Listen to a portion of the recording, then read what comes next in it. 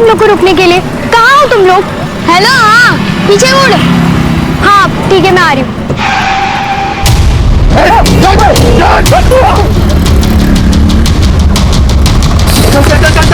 निकाल निकाल गाड़ी निकाल।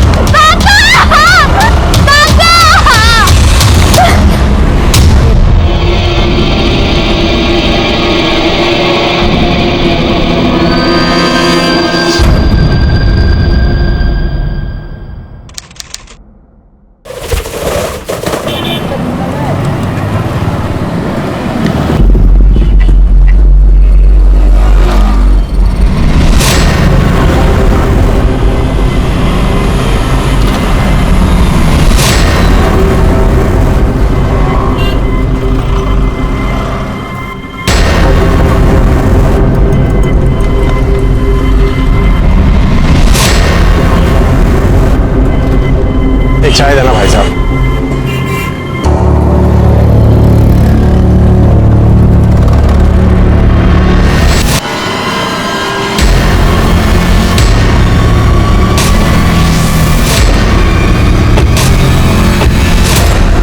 अरे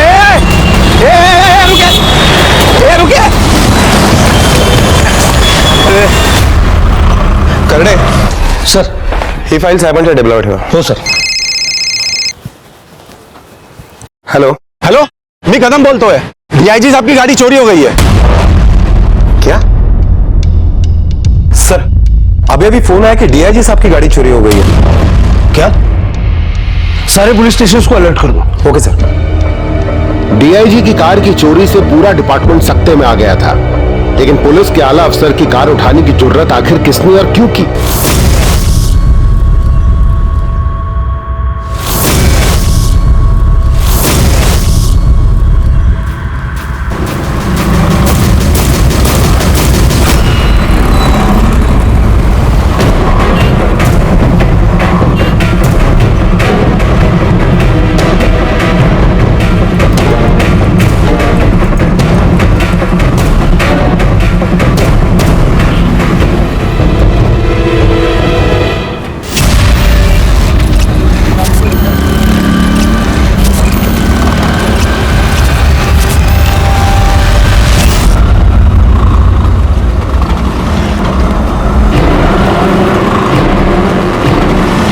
भोसले, डीआयजी सरांची गाडी चोरी झाली.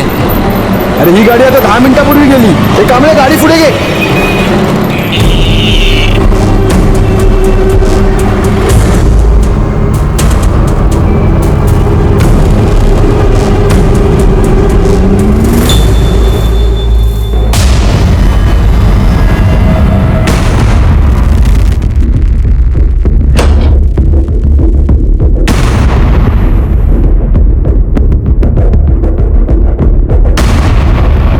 हाँ सर, डीआईजी साहब की गाड़ी का पता चल गया सर.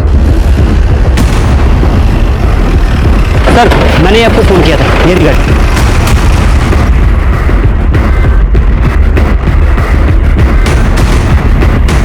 पता चला कौन लेके आया ये गाड़ी यहाँ पे? नहीं सर, मैंने आसपास के लोगों से पता किया, लेकिन किसी को कुछ नहीं पता इस गाड़ी के बारे में.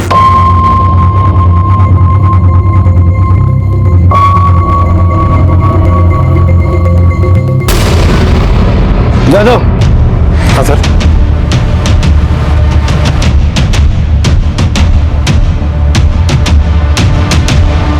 ये रहा सर.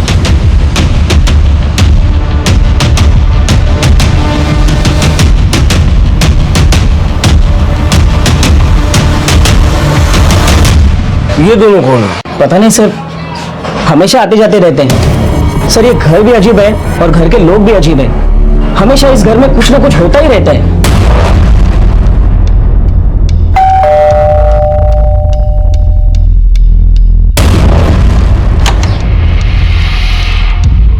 जी कहिए. ये गाड़ी कौन लेके आया? जी वो कौन है? इधर आ, चला. भागो रे भागो. सब रूम चेक करो. चल बाहर निकल.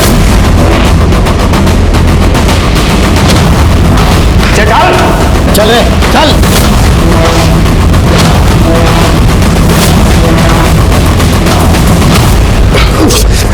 चल।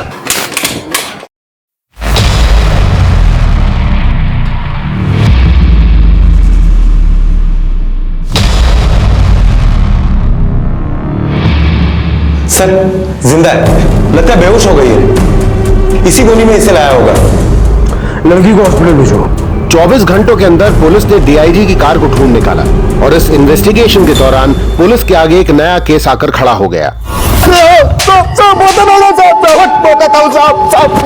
गलती हो गई साहब, माफ कर दो साहब। लड़की कौन है वो? साहब नया माल है। नया माल है। वो साहब अभी डिलीवरी हुआ था साहब। इस लड़की के लिए गाड़ी उठाई थी? हाँ साहब, वो सुलेमान भाई ने बोला था कि सरकारी गाड़ी से जाएंगे तो चेक नाके से बच के निकल जाएंगे। साहब हमको नहीं पता था कि वो गाड़ी डीआईजी का है। सुलेमान भाई कौन? वो लड़कियां बेचता है। ये लड़की भी हमें सुलेमान भाई ने दी थी। कहाँ रहता है? मुलुंड में साहब। वो लड़की को पहुंचा के मैं गाड़ी निकाल के जा ही रहा था, उतने में आप लोग आ गए साहब। कहाँ से उठाया सुलेमान भाई ने इस लड़की को? साहब वो सब मेरे को नहीं पता है साहब। मेरे को लड़की दी और बोला 1 साल के लिए उसे संभाल, कुछ भी कर, लेकिन 1 साल के बाद उसको जिंदा चाहिए थी वो। 1 साल के लिए जिंदा चाहिए मतलब? साहब अल्लाह कसम बोल रहा हूँ, मेरे को कुछ नहीं पता है साहब। ये सुलेमान भाई का नंबर और एड्रेस लिखवा चल।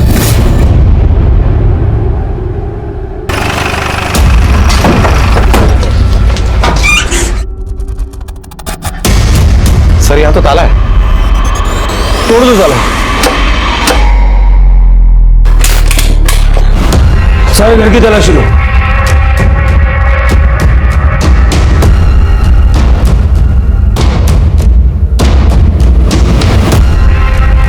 सर ये देखिए, ये एप्लीकेशन है और नाम लिखा है सुलेमान शेख। ये फोटो सारे पुलिस स्टेशन में सर्कुलेट कर दो और ये नंबर ट्रैकिंग पे डाल दो। Excuse me sir. Hello. Okay okay sir, hospital से फोन था, उस लड़की को होश आ गया है। अब कैसी हो? लड़की को उन लोगों ने बेहोशी का इंजेक्शन दिया था, डोज बहुत ज्यादा था, उसकी जान भी जा सकती, इसीलिए इतनी देर तक बेहोश थी। कोई सेक्सुअल असल्ट हुआ है? जी नहीं। ग्रेट। डीआईजी साहब की गाड़ी चोरी हुई तो एटलीस्ट हम समय पर उस लड़की तक पहुंच गए। मिल सकते हैं उससे? हाँ हाँ बिल्कुल। कैसी हो अब तुम? नाम क्या बेटा तुम्हारा? कोयल। कहां से हो? कोल्हापुर। कोल्हापुर। तो तुम्हें बेचा किसने था? और किसने? मेरी आई ने। आर्यन उठ, बाबा को खाने के लिए बुला जल्दी से। बाबा बाबा बाबा बाबा, देखो मैं फिर से फर्स्ट आ गई।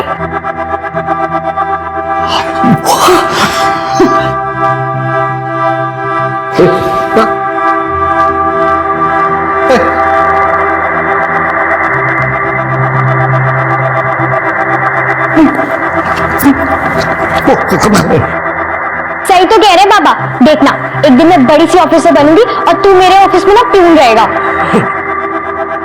माँ देखो ना बाबा क्या कह रहे हैं। सही तो कह रहे हैं, दिन भर इस मोबाइल में पड़ा रहता है। हाँ चलो खाना खा लो।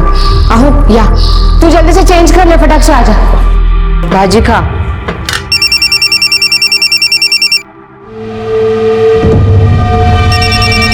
कुछ लाऊं तुझे?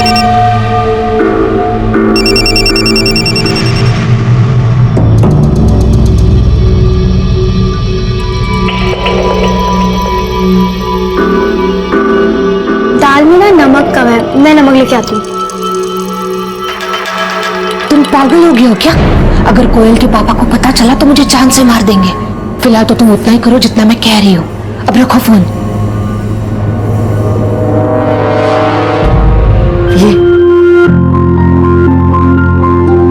ये देखो केक। ये ले, पसंद आया तुझे केक? हाँ मुझे पता था तुझे चॉकलेट पसंद है, इसलिए चॉकलेट लाया।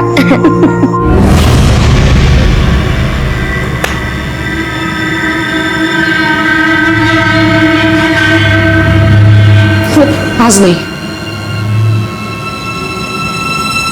अरे दादा आम्ही आर्यनला विश करायला आलो. हम भी कोई मरे नहीं जा रहे थे तेरे से मिलने के लिए इधर. काम से आए, काम की बात करने आए, समझा? क्या तमाशा लगा रखा है तूने इधर? संतोष भाऊ जी, एक मिनट. ये देख, बाबा ने जमीन के मरने से पहले 3 हिस्से किए थे. उसमें से सामने वाला जमीन का टुकड़ा तेरे को दे दिया तो तू वहां से हमारा आना जाना बंद कर देगा क्या? मुझे मेरी जमीन पे 8 फीट का रास्ता मेरी गाड़ी वहां से ले जाने के लिए चाहिए, समझा क्या?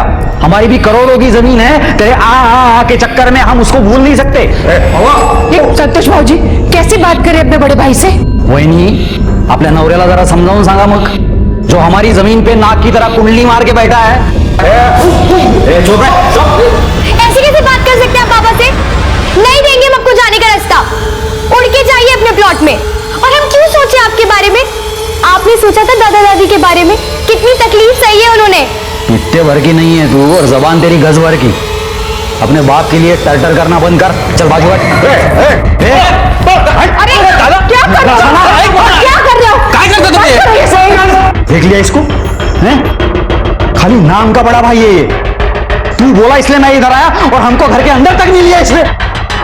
तू ऐसे सीधे सीधे मानने वाला नहीं है. तेरे को तो मैं दिखाऊंगा. भाई ये साला तू दादा तू चल इकडनं. अरे दादा तू चल इकडनं.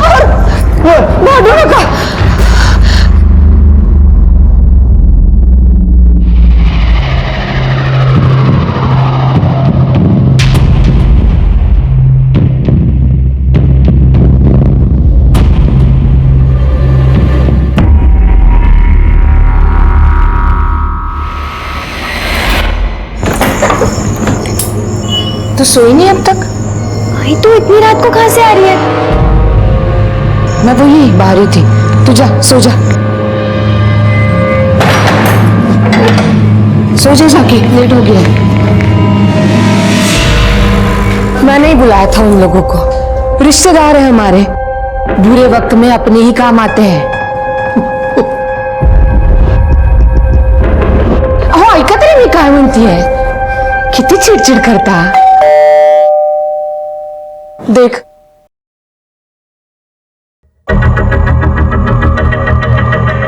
ये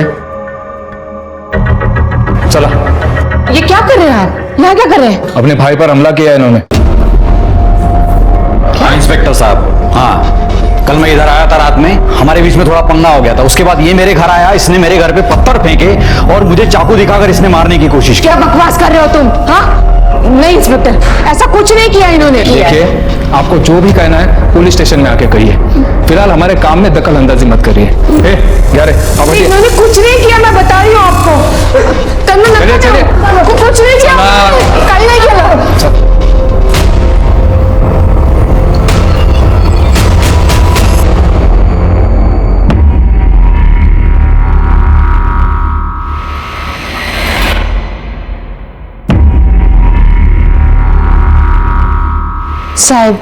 साहब वो घर पर ही थे.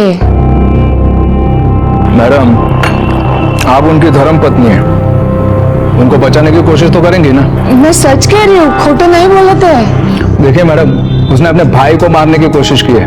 केस तो बड़ा बनेगा. पर बाबा है का? बेटा, तुम्हारे बाबा हवालात में हवा खा रहे हैं. मुझे उनसे मिलना है. अभी तुम बहुत छोटी हो, ये सब कानूनी मामला है, तुम्हें समझ में नहीं आएगा. मैडम, हमें और भी बहुत सारे काम हैं, आप आइए.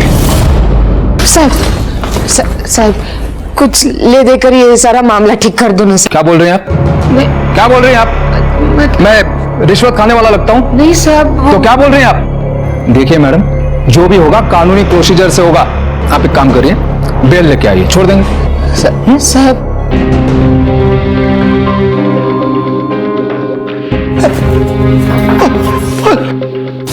बाबा, बाबा आप कैसे हैं? बाबा ये लोग आपको क्यों नहीं छोड़ रहे? मैं जानती हूँ आपने कुछ नहीं किया है. क्या हो रहा है इधर? क्यों शोर मचा रहे हो? चलो निकलो यहाँ से. बाबा चलो. अरे चलो यहाँ से. काय झालं रे? बघ काय झालं? अरे चलो यहाँ से. मैं हे लड़की, यहाँ क्यों आई? यहाँ बगैर इजाजत के आना मना है. ये पुलिस स्टेशन है, घर नहीं. छोड़ जाओ यहाँ से. मैं बाबा को छोड़ के नहीं जाऊंगी। जाओ यहाँ से, तो बाबा की तरह अंदर कर दूंगा। नहीं, बाबा ले को जाओ नहीं इसे। जाऊंगी। चल बेटा चल। निकलो। आई मैं बाबा को छोड़ के नहीं जाऊंगी प्लीज। आई बाबा। और तुम लोग आइंदा ध्यान रहे, जाओ।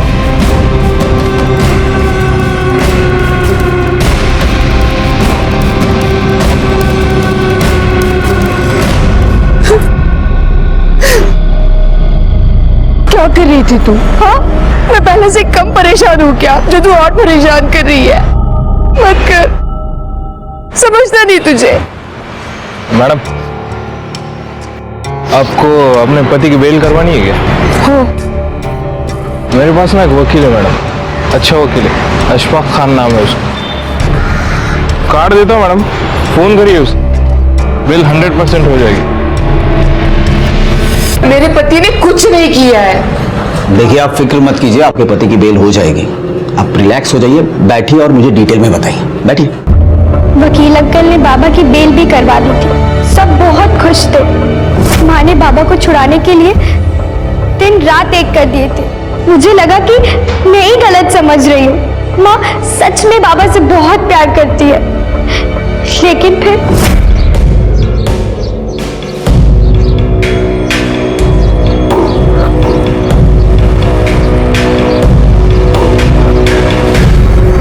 बाबा को सब बताना चाहती थी, लेकिन घर में नहीं, कहीं और जब तक मैं बता पाती बहुत देर हो गई थी। मैंने बोला था तुम लोग को रुकने के लिए। कहाँ हो तुम लोग? तू कहाँ पे है? तेरे लिए भी जलेबी ला रहा हूँ। हाँ, मुझे भी पापा से बात करनी थी। अच्छा, हेलो। हाँ, पीछे मुड़। हाँ, ये हाँ ठीक है, मैं आ रही हूँ। आ रही है आपकी लाडली।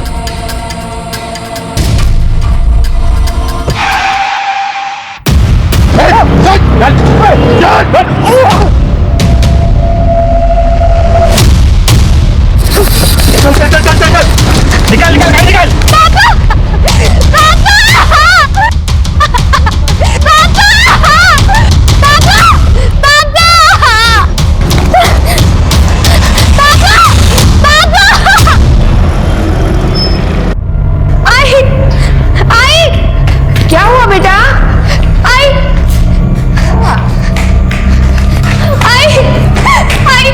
क्या हुआ? इतनी घबराई हुई क्यों है? क्या हुआ? बाबा और आर्यन को कोई उठा के ले गए। क्या? हेलो? तेरा बेटा और तेरा पति हमारे पास है। क्या? जिंदा चाहिए ना तो 50 लाख रुपए तैयार रखना। हेलो, कौन बात कर रहा है? हेलो?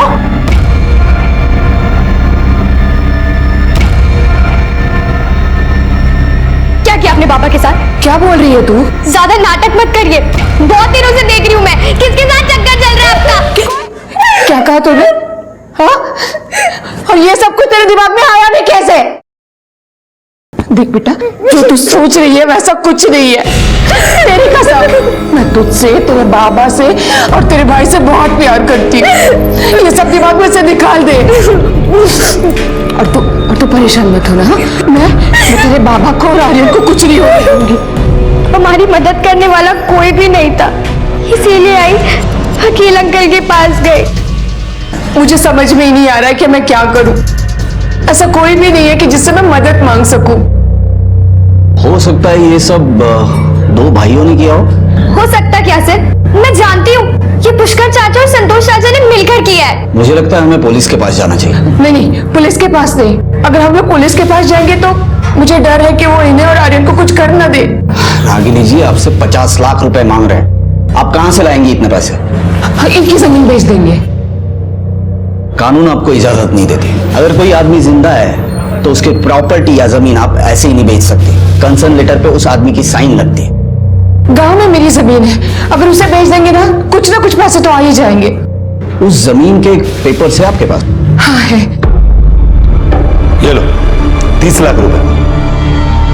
30 लाख देने? अरे जमीन कम से कम 70 लाख की है, 50 लाख तो आने चाहिए। देखो अशफाक भाई, अभी मेरे पास 30 लाख रुपए चाहिए तो ले लो। अरे तुम समझ नहीं रहे। हमें चलेगा।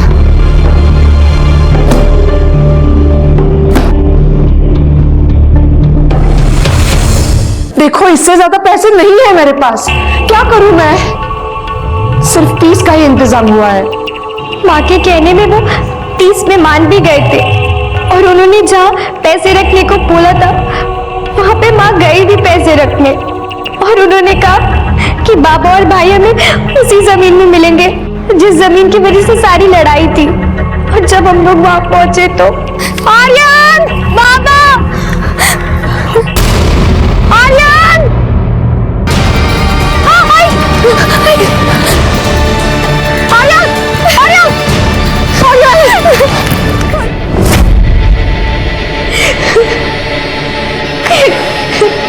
फिर क्या हुआ? फिर पुलिस आई, उन्होंने दोनों चाचा को अरेस्ट कर लिया। माँ ने बोला भी कि बाबा को उन्होंने ही मारा है, लेकिन उन्होंने दोनों चाचा को छोड़ दिया। सबूत कहाँ है हमारे पास उनको बंद रखने के लिए? छोड़ना तो पड़ेगा ही ना। 3 महीने बाद भी कुछ नहीं पता चला और फिर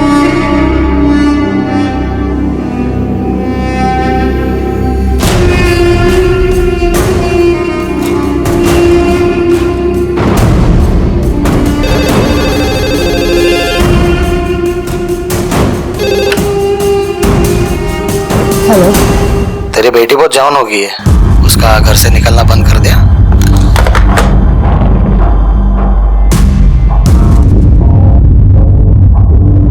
चाचा के आदमी मुझे आते जाते परेशान करते थे।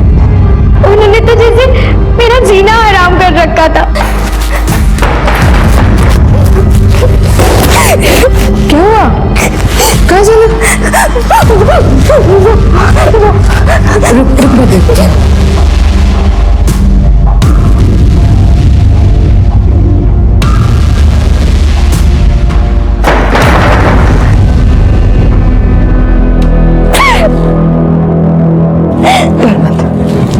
अब हम लोग यहाँ पे नहीं रहेंगे। हाँ? फिर माँ ने मुंबई आने का डिसीजन लिया। फिर आई मुझे मुंबई ले आई और मुंबई आने के बाद तो मेरा शक यकीन में बदल गया। भाई को तो जैसे सारी चीजों से आजादी मिल गई थी। वो चुप चुप कर किसी से मिलने भी जाती थी। बाबा को गुजरे सिर्फ 6 महीने ही हुए थे, लेकिन आई के लिए तो वो जैसे कभी थे ही नहीं। मुझे उस घर में घुटन हो रही थी और बर्दाश्त नहीं कर सकती थी मैं। और फिर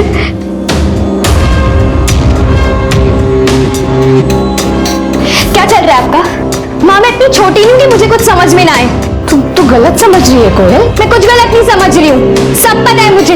आप बन ठन कर जाती है और कार में किसी से छुप छुप कर मिलती हैं। तू जैसा समझ रही है वैसा कुछ नहीं है कोयल। नहीं माँ, अब आपके इन छोटे आंसुओं का मुझ पे कोई फर्क नहीं पड़ेगा। मुझे हर बार लगता रहा कि मैं गलत हूँ और मेरी माँ सही है। अब तो मैं दावे के साथ कह सकती हूँ कि बाबा और आर्यन को आप ही ने मरवाया है। मैंने नहीं मारा है उन्हें। मैं कुछ नहीं सुनना चाहती माँ। कोयल मेरी बात तो सुन। मैंने तो सोचा था उस घर में कभी कदम भी नहीं रखूंगी, लेकिन फिर मुझे कुछ समझ ही नहीं आ रहा था। मैं बहुत डर गई थी, इसीलिए मैं घर वापस चली गई।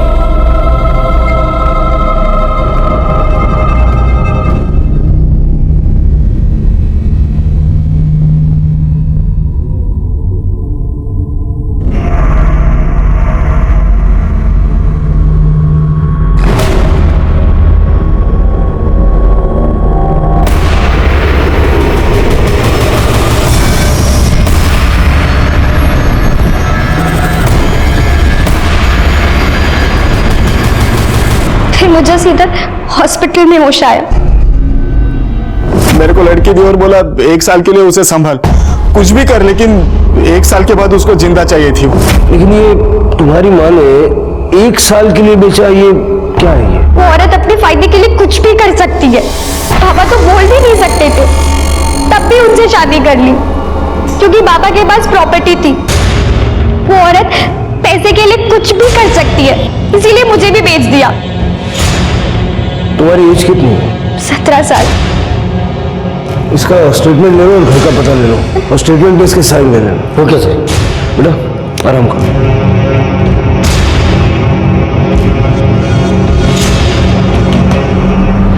अरे निकम, सुलेमान का कुछ पता चला? नहीं सर, जब से अकरम पकड़ा गया सुलेमान का फोन बंद आ रहा है और सुलेमान ने सिम भी फर्जी नाम से लिया था सर। सर क्या कोई औरत इतना गिर सकती है कि अपने बेटे और पति को मारने के बाद अपनी ही बेटी को धंधे पर लगा दे? जादव, अपने मतलब के लिए इंसान कुछ भी कर सकता है। सर मुझे 1 साल वाली बात समझ में नहीं आ रही है। लड़की 17 की है जादव, हो सकता है कि उसकी माँ उसके 18 के होने का इंतजार कर रही हो। क्यों सर, ऐसा क्या होने वाला था 18 साल में? अब इसका जवाब या तो रागिनी दे सकती है या सुलेमान। सुलेमान का जल्द से जल्द मिलना बहुत जरूरी है और इससे पहले कि रागिनी अंडरग्राउंड हो जाए उसको उठा ले।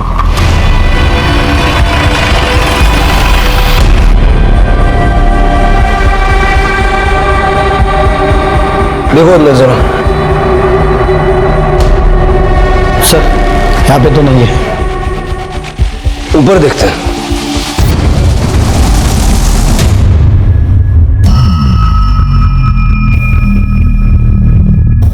सर लगता है यही रागिनी है, ये देखिए। गले को रस्सी से दबाया गया है, निशान पड़ गया। जादव, कोयल से बॉडी की शिनाख्त करवाओ और बॉडी को पोस्टमार्टम के लिए भेजो और फॉरेंसिक को इन्फॉर्म कर दो। Okay sir.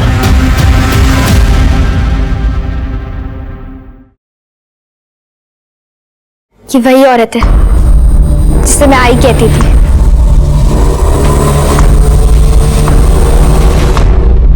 Sir, Suleman human trafficking में शामिल था। उसके खिलाफ बहुत से चार्जेस हैं पुलिस रिकॉर्ड में, ये देखिए सर। और सर मुझे लगता है कि सुलेमान ने ही रागिनी को मारा है, क्योंकि माँ बेटी यहाँ अकेली रह रही थी और सुलेमान की नजर उन पर पड़ी हो, उसने माँ को मारकर बेटी को उठाकर बेच दिया। सर रागिनी की पोस्टमार्टम रिपोर्ट आ गई है। पोस्टमार्टम रिपोर्ट के मुताबिक रागिनी की मौत 10 तारीख को रात को 8 बजे से 12 बजे के बीच में हुई है। रस्सी जैसे चीज से उसका गला दबाया गया, जिस वजह से उसकी वेन पाइप चोकअप हो गई और उसी में उसकी मौत हो गई। सर घर पर भी किसी के उंगलियों के निशान नहीं मिले। हो सकता है कि कातिल ने सारे उंगलियों के निशान मिटा दिए हो। हाँ, लेकिन मेन डोर पर किसी के उंगलियों के निशान मिले। सुलेमान के फिंगरप्रिंट्स रिकॉर्ड पे हैं? नहीं सर, मुझे कोयल पे शक है, वो भी मार सकती है। गुस्से में तो वो थी ही, क्योंकि उसे लगता है कि रागिनी ने उसके बाप और भाई को मरवाया। हो सकता है सर, अगर कोयल ने रागिनी को मारा है तो मारने के बाद कोयल भाग गई हो और उसी में वो सुलेमान के चपेट में आ गई। जब हमने उससे पूछा तो उसने झूठी कहानी बताई कि मां ने ही उसे बेचा। सर कोयल की फिंगरप्रिंट मैच करके देखें। निकम जाने का होना रहे, वो तो कोयल का ही घर है, उसके तो फिंगरप्रिंट्स वहां पे मिलेंगे, उससे हम कुछ साबित नहीं कर सकते। और कोयल के दोनों चाचा संतोष और पुष्कर वो भी कर सकते हैं। पहले विमल और आर्यन को मारा और अब रागिनी और कोयल को रास्ते से हटा दिया तो सारी जमीन उनकी। हाँ सर, लेकिन फिर वो कोयल को जिंदा क्यों छोड़ेंगे? धंधे में डाला था उसको। मां की जिंदगी मौत से बदतर होती है। अगर हम वहां तक नहीं पहुंचते तो कोई चांस नहीं था कोयल जिंदगी में वहां से बाहर निकल पाती। सर लेकिन हमें रागिनी के प्रेमी को भी नहीं भूलना चाहिए, वो भी तो ये सब कुछ कर सकता है।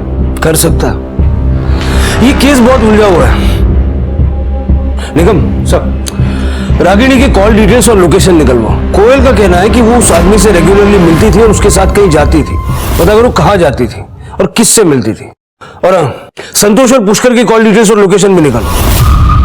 देखो उनमें से तो कोई यहाँ नहीं आया था। जी सर। और आगे की कहानी जानने के लिए यादव हमें जाना पड़ेगा कोल्हापुर।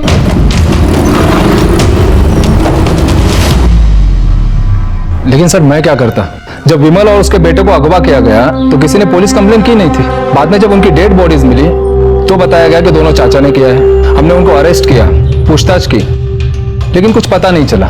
अब सबूत ना होने के कारण हमें उन्हें छोड़ना पड़ा।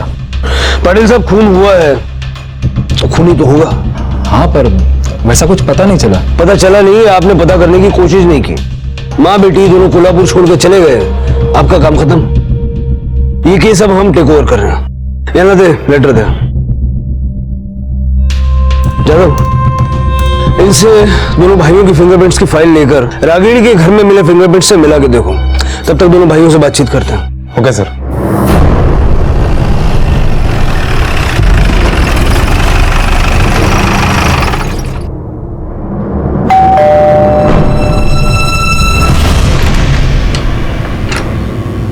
बोला क्या काम? आपकी भाभी रागिनी का खून हो गया है। बार बार उन दोनों के साथ कुछ होता है, पुलिस हमारे पीछे पड़ जाती है। अरे हमने कुछ नहीं किया है साहब। मैं मानता हूं कि हमारे बीच में झगड़ा था, मेरा दादा बचपन से ही गूंगा था, इसके लिए माँ बाप ने कुछ ज्यादा ही लाड प्यार करके उसको रोड साइड वाली जमीन दे दी थी। ये भी नहीं सोचा कि उसकी जमीन के पीछे हम दोनों भाइयों की भी जमीन है। दादा ने उसकी जमीन से हमारा आना जाना बंद कर दिया, रास्ता ही बंद कर दिया। अब आप ही बताइए, जब आदमी के पास रास्ता ही नहीं है, अपनी जमीन तक कैसे पहुंचेगा वो? करोड़ों की जमीन थी हमारी। तो जमीन पर रास्ता बनाने के लिए अपने भाई के परिवार को रास्ते से हटा दिया। ऐसा मैंने कुछ नहीं किया साहब। दिल में मेरे बहुत बार आया था कि मैं दादा को मार ही डालूं, लेकिन वो वहीनी के बारे में सोच के मैंने वैसा किया नहीं। क्यों? वो अच्छी औरत थी साहब, वो तीनों भाइयों के बीच में दोस्ती बनाकर रखना चाहती थी। हे बघ दादा, आर्यनचा वाढदिवस है। रागिनी वहिनी ने बोला है कि एक बार घर पे आ जाओ और अच्छे से बात कर लो। वो अपनी जमीन पे गाड़ी जाने के लिए रास्ता दे देंगे। मैं गया था साहब आर्यन के बर्थडे में, सोच के कि सुलह हो जाएगी, लेकिन दादा ने बेइज्जत करके हमको घर से निकाल दिया था। और अगले दिन तुमने झूठी कंप्लेंट करके अपने दादा को अंदर करवा दिया। नहीं साहब, झूठी कंप्लेंट नहीं थी, वो सच में मेरे घर पे आया था। उसने मेरे घर पे पत्थर फेंके थे, चाकू दिखाकर मुझे मारने की कोशिश भी की थी उसने। ये तेरे दादा के मोबाइल लोकेशन का रिकॉर्ड है। इसके हिसाब से वो उस दिन अपने घर पर ही था। वो तो उस दिन मोबाइल अपने घर पे ही छोड़ के आया था साहब। अच्छा, तेरे सामने वाला बंगला किसका है? मोहिते का ना? उसका सीसीटीवी फुटेज हमने चेक किया। उस रात ना विमल तेरे घर आया था, न किसी ने पत्थर फेंके थे। अब सच बोलेगा तो फायदे में रहेगा। मैं सच ही बोल रहा हूँ साहब। ऐसे नहीं मानेगा ये। क्या रिमांड रूम में गया? नहीं, एक मिनट साहब, एक मिनट साहब। मैं सच बता रहा हूँ साहब। मैंने झूठा केस बनवाया था, मैं मानता हूँ, लेकिन मैंने उसका खून नहीं किया साहब। मैं बहुत गुस्से में था, इसलिए मैंने केस बनवाया था। रागिनी और पुष्कर के बीच में कुछ था? नहीं साहब, कुछ नहीं। पक्का? हाँ साहब।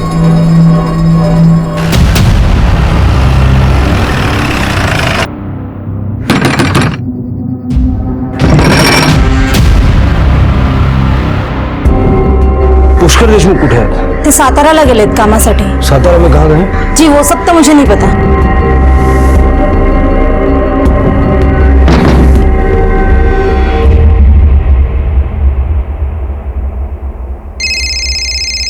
हेलो सर, दोनों भाइयों की कॉल डिटेल्स आ गई है। संतोष मुंबई नहीं आया था, लेकिन पुष्कर के फोन की लोकेशन उस दिन रागिनी के घर की है। सर, एक बार शाम को 7:30 बजे के लगभग और रात को 11 बजे के करीब। उसके बाद से पुष्कर का फोन बंद है सर।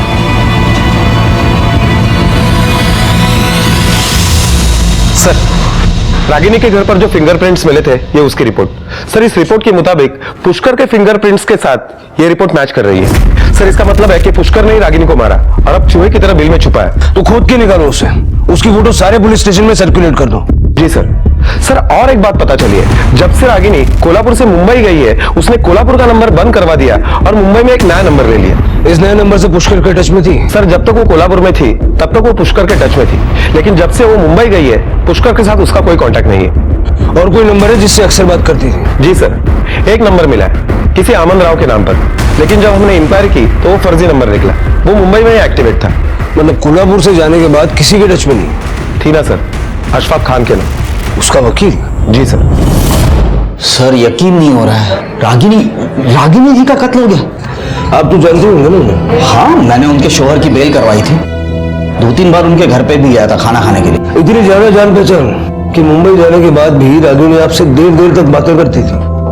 सर, वो मेरी क्लाइंट है। वो अपने नाम की जायदाद, जमीन जो थी उनकी, वो बेचना चाहती थी, इसलिए मुझे बार बार फोन करती थी कि कोई अच्छा बायर ढूंढ ले और वो जमीन बेच ले। अच्छा नहीं हुआ रागिनी जी के साथ। सर, मैंने वार्न किया था लोकल पुलिस को और उनको बताया भी था। क्यों झूठे केस में फंसा रहे इन्हें? हाँ, भाई है आपके। कौन सा भाऊ? मैं कोई भाई नहीं जानता। हमारी करोड़ों की जमीन आज कौड़ियों की हो गई है। जाओ जाके उसको बोल दो कि हमें रास्ता दे दे। अगर नहीं माना तो आगे जो भी होगा उसकी जिम्मेदारी दादा की होगी। नहीं बताएगा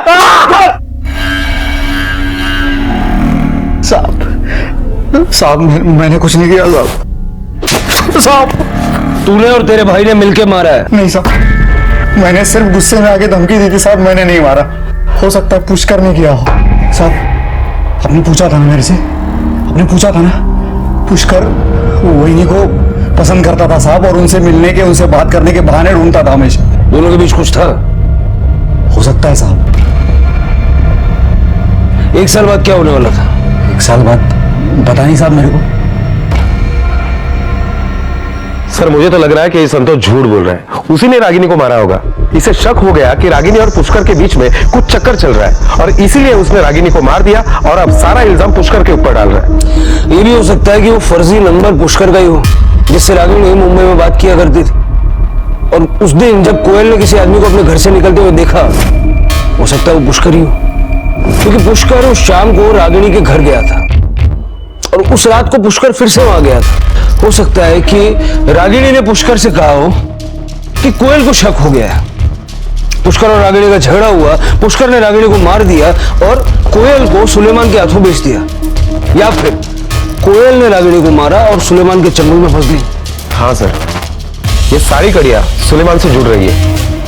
एक बार फिर से सबके कॉल रिकॉर्ड चेक करो। Okay sir. पुलिस खबरियों के जरिए सुलेमान को ट्रेस कर रही थी और दूसरी तरफ पुष्कर की तलाश में पुलिस ने पुष्कर की पत्नी के कॉल रिकॉर्ड्स को ट्रेस करना शुरू किया। सर, पुष्कर के बीबी के मोबाइल रिकॉर्ड्स।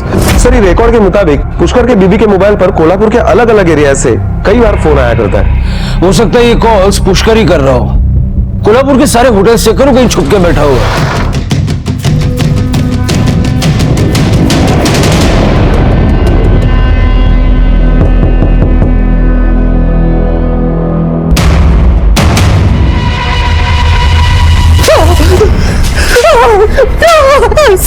क्या चुपचाप कर रहा हो? क्या चल रहा था तेरे रागिनी के साथ? कुछ नहीं साहब, वो भाभी थी मेरी। तेरे कॉल रिकॉर्ड्स हैं हमारे पास। बहुत लंबी चौड़ी बातचीत करता था साहब, वो सिर्फ जमीन के सिलसिले में बात हो रही थी। आज आर्यन का बर्थडे है, इनका मूड भी अच्छा है, तुम आके बात कर लेना। हाँ?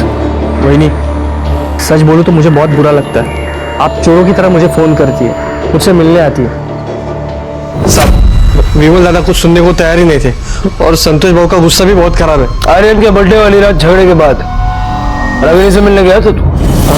हाँ सर, वही नहीं, दादा ने ये ठीक नहीं किया। संतोष बाबू बहुत भड़का है, वो कुछ तो भी गलत करने वाला है। तू संभाल लेना। मैं कुछ नहीं कर सकता वही। सुन, तू कुछ कर ले, संभाल ले। कुछ नहीं कर सकता वही नहीं, जाने दो मुझे। तू सोई नहीं अब तक? तो रागिनी ने तुझे विमल को झूठे केस में फंसाने से रोका था, या उसी के कहने पे तुम दोनों भाइयों ने मिलकर विमल को फंसाया था? नहीं नहीं साहब, वही नहीं, दादा को क्यों फंसाएगी? क्यों? उसके बाद भी वो तुझसे मिलती नहीं थी? एक ही बार मिली थी साहब, बहुत दुखी थी। इन पर झूठा इल्जाम लगा के क्या मिला तुम लोगों को, बता। मैं तुम तीनों भाइयों में दोस्ती करवाना चाहती थी, और तुम लोगों के। लेकिन वही नहीं, संतोष भाऊ का गुस्सा आप जानती हो ना। अरे लेकिन इस गुस्से से क्या हासिल हुआ?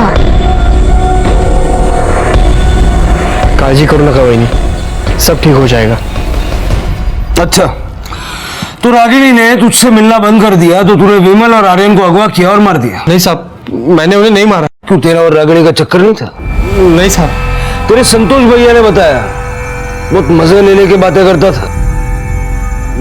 मैं पसंद करता था वहिनी को, लेकिन वहिनी की तरफ से ऐसा कुछ नहीं था। और दादा के मरने के बाद 3 महीने के बाद वहिनी कोयल को लेके गायब हो गई, तो और किसी को पता ही नहीं चला कि वो कहाँ चली गई, सिवाय तेरे, क्योंकि तू मुंबई के फर्जी नंबर से उसके साथ बातें करता था। नहीं साहब, मैं भाभी से बात नहीं करता था। देख बेटा, तेरा सारा चिट्ठा है हमारे पास। तू ये बता, तू मुंबई क्यों गया था? नहीं नहीं साहब। सब तेरी लोकेशन रागिनी के घर की है और उसके दरवाजे पे तेरे फिंगरप्रिंट्स हैं। हाँ साहब, गया था मैं मुंबई, गया था। वनी को बहुत पसंद करता था और यही बताने के लिए मैं गया था साहब। वही नहीं, उस रात नशे में मैं अपने आप को रोक नहीं पाया साहब। वही नहीं,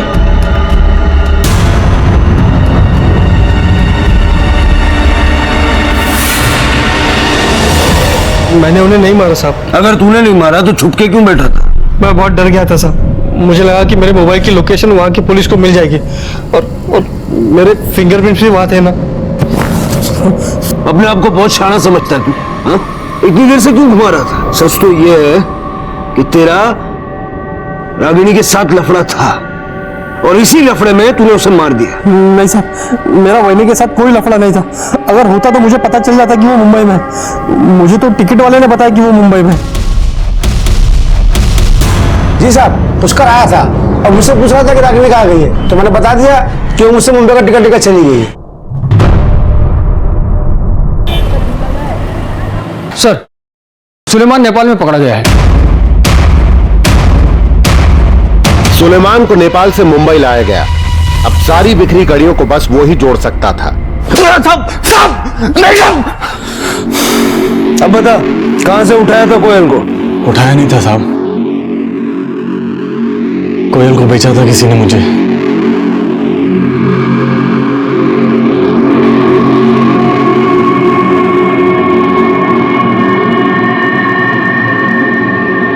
किसने?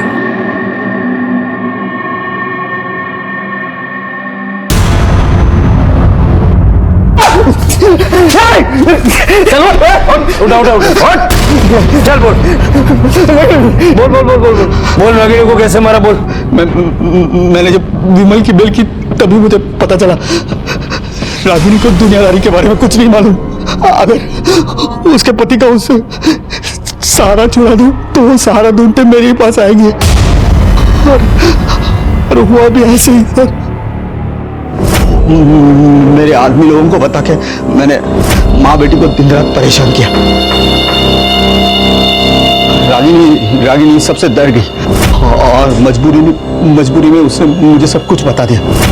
मुझे तो समझ में ही नहीं आ रहा है अपनी जवान बेटी को कैसे संभालूं, इस दुनिया से कैसे बचाऊं।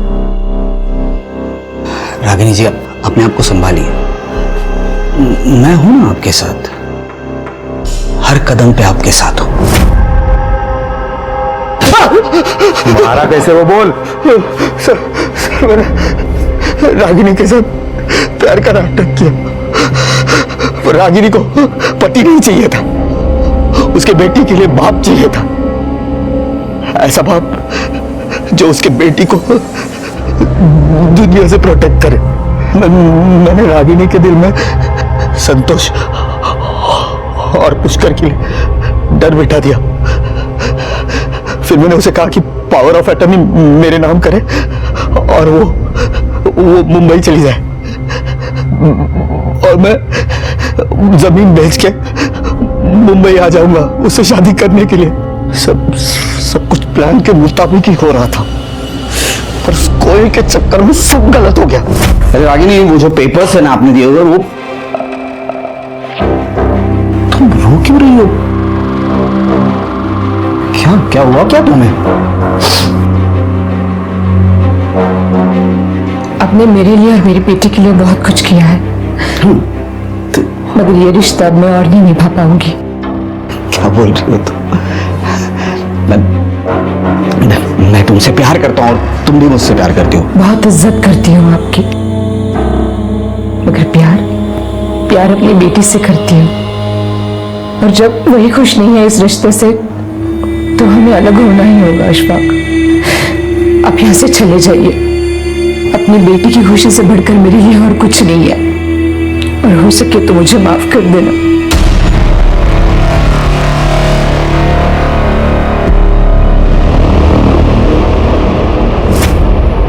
तूने कोयल को सुलेमान के हाथों 1 साल के लिए बेचा, क्यों? क्या करता साहब, कोयल 17 साल की, सोच रहा था कि 1 साल बाद उसके साथ शादी करके उसके नाम की प्रॉपर्टी मेरे नाम कर लूं। सोचा जब तक शादी नहीं हो रही है उससे कुछ कमाई कर लूं। साली किस्मत ही खराब है मेरी, किस्मत खराब। तुम्हारे बाबा के गुजर जाने के बाद तुम्हारी माँ सिर्फ तुम्हारे लिए पिता का साया ढूंढ रही थी, और उस आदमी ने तुम्हारी माँ के प्यार का गलत फायदा उठा के उसे मार डाला। तुम्हारी माँ ने कभी किसी को धोखा नहीं दिया, बल्कि जिंदगी में सिर्फ धोखे खाए। बहुत प्यार करती थी तुमसे, तुमने गलत समझा अपनी माँ को। तू जैसा समझ रही है वैसा कुछ नहीं है। तो नहीं माँ, मुझे हर बार लगता रहा कि मैं गलत हूँ और मेरी माँ सही है। अब तो मैं दावे के साथ कह सकती हूँ कि बाबा और आलिम को आप ही ने मरवाया है। मैंने नहीं मारा है उन्हें।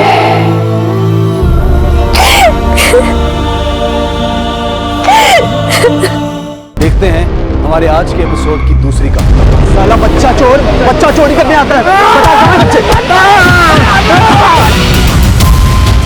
जिस बच्चे की लाश संदूक में मिली थी उसका गला झटके से नहीं बल्कि धीरे धीरे काटा गया। अभी उसके फादर ने कंट्रोल रूम में फोन किया था।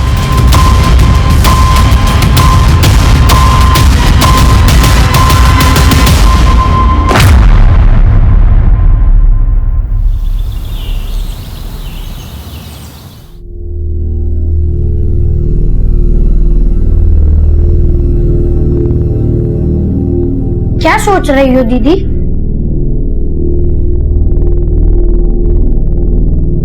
दीदी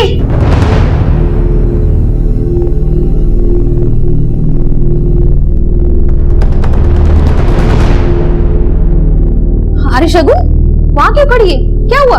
कुछ नहीं हुआ मम्मी। टिफिन। चलो दीदी, लेट हो रहा है। बाय मम्मी, बाय पापा। अरे अरे प्यार। बैठ जा। जब तक तू प्यारी करने के लिए उठेगी ना, उनके स्कूल में खाने की छुट्टी हो चुकी होगी। तूने मुझे वो बात बोलने क्यों नहीं दी? हमें वो बात मम्मी पापा से नहीं छुपानी चाहिए। दीदी, खतरा क्यों मोल ले रही हो? बोलोगी ना तो प्रॉब्लम और बढ़ जाएगी।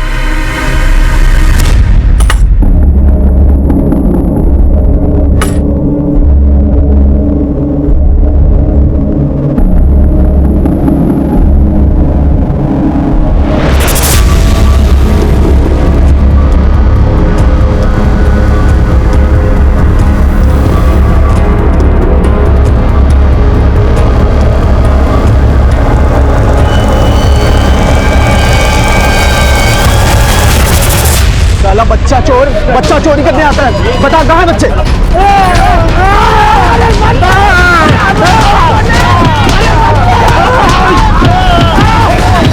बच्चा चोरी आता है। बता कहाँ बच्चे?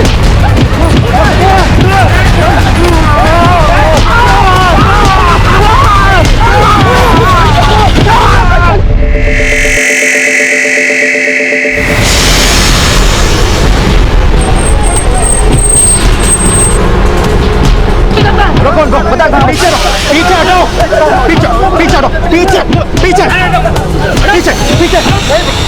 पीछे हटो। क्यों मार रहे हो लोगों को? साहब, ये दोनों बच्चा चोर हैं।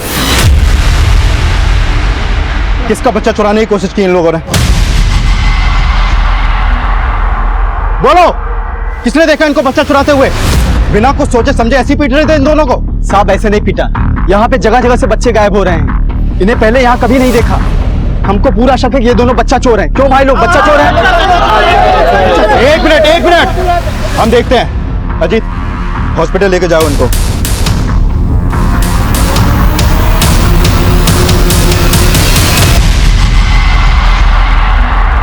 ठीक है, जैसे उन दोनों की मरहम पट्टी हो जाती है इन्फॉर्म करना मुझे।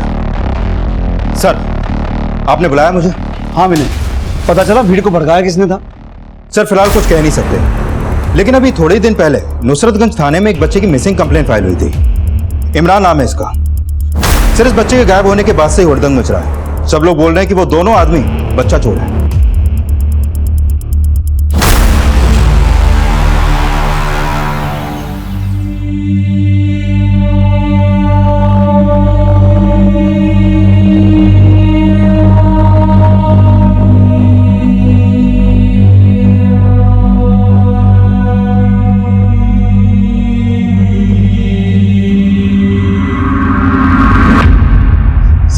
हम लोग बच्चा चोर नहीं है साहब, हम लोग टेरी गांव के गरीब लोग हैं साहब। हम और हमारे समुदाय के लोग गांव से शहर आके तमाशा दिखाते और भीख मांगते साहब। हम लोग बच्चा चोर नहीं है साहब। मिश्रा सर, इनका नाम पता नोट करो और फिलहाल कस्टडी में रखो। ओके सर, आइए। विनय, इनके बारे में सब कुछ अच्छे से पता करो। देखो, सच बोल रहे हैं कहानी बना रहे हैं। Okay sir. सर, अपने एरिया से आज एक कर्ण नाम का बच्चा मिसिंग हुआ है। अभी उसके फादर ने कंट्रोल रूम में फोन किया था।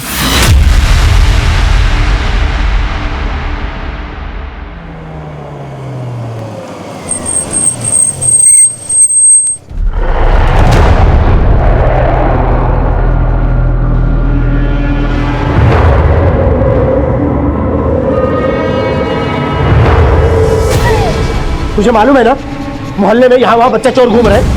सारे बच्चे स्कूल के आधे रास्ते से घर लौट आए। ऐसे माहौल में भी तू अपने बच्चे पर ध्यान नहीं दे पाई? अरे धर्म जी, दीदी को इतना भी मत सुनाइए।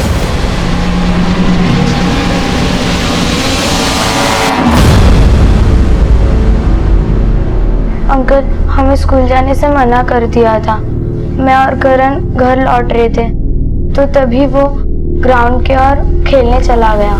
दीदी आप घर जाओ, मैं खेल के आता हूँ। हमने करण को बहुत ढूंढा साहब, और वो कहीं नहीं मिला। आपको किसी पे शक है? कुछ समझ नहीं आ रहा साहब।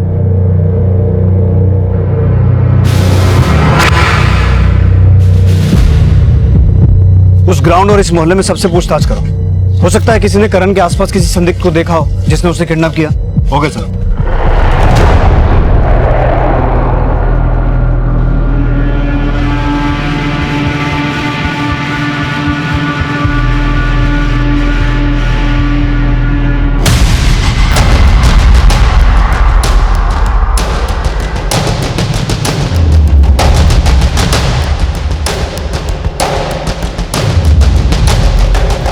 हाँ सर, ये तो करण है। मैंने देखा था करण को ग्राउंड में खेलते हुए।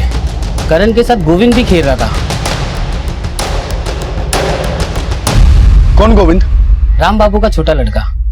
बोलो बेटा गोविंद, आप वहाँ करण भैया के साथ खेल रहे थे? नहीं अंकल, मैं करण भैया के साथ नहीं खेल रहा था।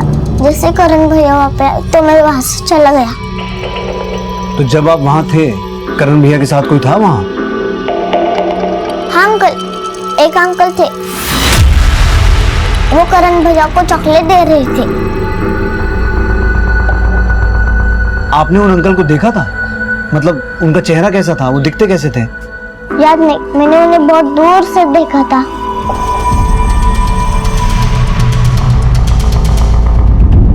हो सकता है वो आदमी करण को बहकाने की कोशिश कर रहा हो और उसी ने करण को अगवा किया हो। उस पूरे एरिया में एक बार दोबारा पूछताछ करो और जहां कहीं भी सीसीटीवी दिखे उसकी फुटेज खंगालो। अगर गोविंद ने वहां करण के साथ किसी को देखा था तो हो सकता है किसी और ने भी कुछ विटनेस किया हो। Okay sir. 5 वर्षीय गोविंद के बयान के आधार पे अब उस अज्ञात आदमी का पता लगाया जा रहा था जिसे गोविंद ने 7 वर्षीय करण को चॉकलेट देते हुए देखा था, लेकिन फिलहाल कोई भी लीड नहीं मिल पाई थी और भीड़ की हिंसा का शिकार हुए उन 2 के बैकग्राउंड में भी कुछ खास सस्पिशियस नहीं मिला था। सर, उन दोनों आदमियों के बारे में पता चला जिनकी भीड़ ने पिटाई की थी। वो टीरी गांव के और उनका कोई क्रिमिनल रिकॉर्ड भी नहीं है। करण की कोई लीड? सर, ग्राउंड के पास तो कोई भी सीसीटीवी नहीं है और न ही आसपास के एरिया के सीसीटीवी फुटेज में भी कुछ खास मिला है और वहाँ किसी संदिग्ध के देखे जाने की भी कोई इन्फॉर्मेशन नहीं मिली है सर। लेकिन गोविंद ने करण के साथ किसी आदमी को देखा तो था जो करण को चॉकलेट दे रहा था, तो पूरे चांसेस हैं कि उसी आदमी ने करण को अगवा किया हो। Excuse me sir. हेलो,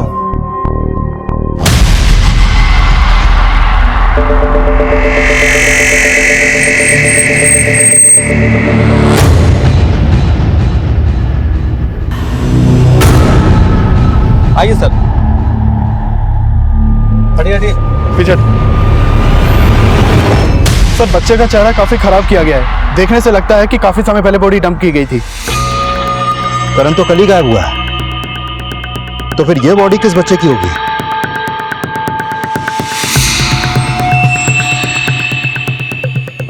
आप लोगों के लिए नाश्ता बनाकर लाए। पता चला करण का?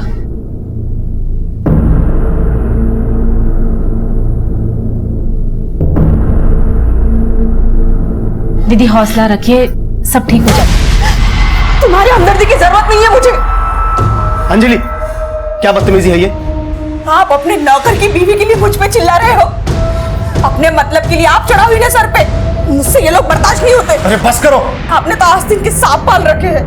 पता नहीं कौन सा सांप डस गया मेरे करण को। आप कहना क्या चाहती हो? साफ साफ कहिए ना। साफ साफ ही कह रही हूँ। अरे चुप करो, बंद करो अपनी तू मैं। तू यहाँ क्या कर रहा है? काम धंधा नहीं है तुझे? जा जाके दुकान खोल। दुकान खोलने जा रहा था, एक बात पता चली तो बताने चला आया। कौन सी बात? अदनाबाग में ना पुलिस को एक बच्चे की लाश मिली है।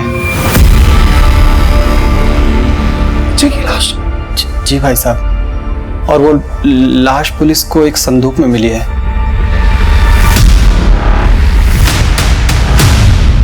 सर, जिस बच्चे की लाश संदूक में मिली थी उसका खतना किया गया था।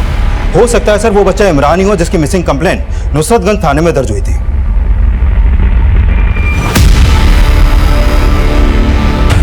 राम बाबू, तूने मेरे करण के साथ दुश्मनी निकाली ना, छोड़ूंगा नहीं। जा ना दिखा। अरे तू जानता नहीं है मुझको, तेरे बीवी बच्चों को साले पे भीख मंगवाऊंगा। अभी मेरे घर में कोई नहीं रहेगा। निकल, सब लोग निकल घर से। किराया देते हैं हम लोग, मुफ्त में नहीं रहते, समझा ना? अच्छा। और अगर अभी मेरे पति को हाथ लगाया ना तो मुझसे बुरा कोई नहीं होगा। जबान संभाल कर बात कर इनसे।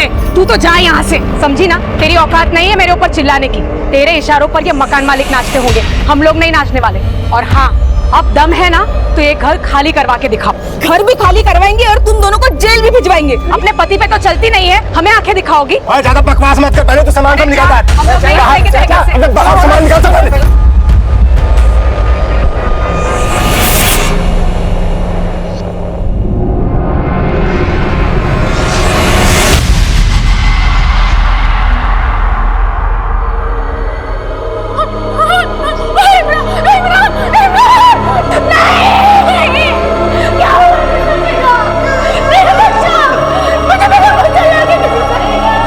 संदूक में मिली लाश की पहचान इमरान नाम के बच्चे से कर ली गई थी, लेकिन करण की तलाश अब भी जारी थी। इमरान की लाश उसी थाना क्षेत्र में मिली थी जहां करण का मिसिंग केस फाइल हुआ था। लिहाजा करण का मिसिंग केस इन्वेस्टिगेट कर रही पुलिस को इमरान मर्डर केस भी सौंप दिया गया। 10 दिन पहले मैं और इमरान ईद की खरीदारी करने के लिए बाजार गए थे। अचानक वो वहां खो गया। मैंने उसे आसपास बहुत ढूंढा तो कुछ लोग बोले कि ये जरूर बच्चा चोर का काम है। हमने इमरान का केस स्टडी किया है। जब से इमरान गायब हुआ है आपने किसी पर शक नहीं जताया, और हमें इमरान की बॉडी इस संदूक में मिली थी। इस संदूक को पहचानते हैं आप? हो सकता है इमरान के गायब होने में किसी आपके जानने वाले का हाथ हो, जिसका ये संदूक हो। हमें कुछ समझ में ही नहीं आ रहा है कि किसने हमारे इमरान को।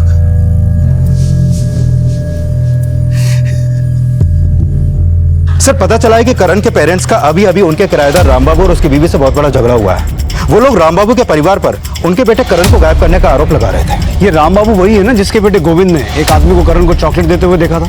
Yes sir.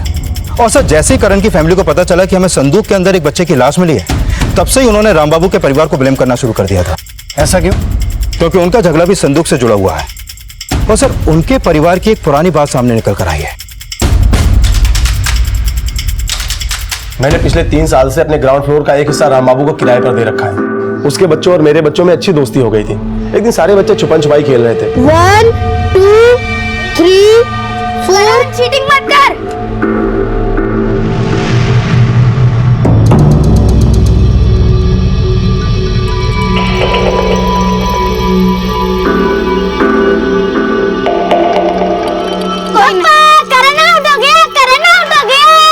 इसमें क्यों छुपेंगे? इसमें नहीं छुप सकते। नहीं, गेम में सब चलते हैं, कहीं भी छुपते हैं और तू आउट हो गया। अच्छा, मैं आउट हो गया? करण कभी आउट नहीं होता। करण, शगुन दीदी, गोविंद। 2-3 घंटे बाद पता चला कि करण ने अंकित को संदूक में बंद कर दिया था। मम्मी, शगुन, गोविंद, करण, मुझे खा लो करण, गोविंद, शगुन दीदी, मम्मी। अंकित, तुझे क्या हुआ तुझे? सुजाता, अरे सुजाता जल्दी आओ। क्या हुआ इसे? अरे देखो ना इसे किसी ने बंद कर दिया था। हाय मेरा बच्चा, किसने बंद कर दिया इसे? बेटा किसने बंद किया तुझे? अगर कुछ हो जाता अंकित को तो तुमको पता है? हम बहुत शर्मिंदा हैं, लेकिन मुझे नहीं पता था कि राम बाबू और उसकी पत्नी सुजाता हमसे इतना नफरत पाल बैठे हैं।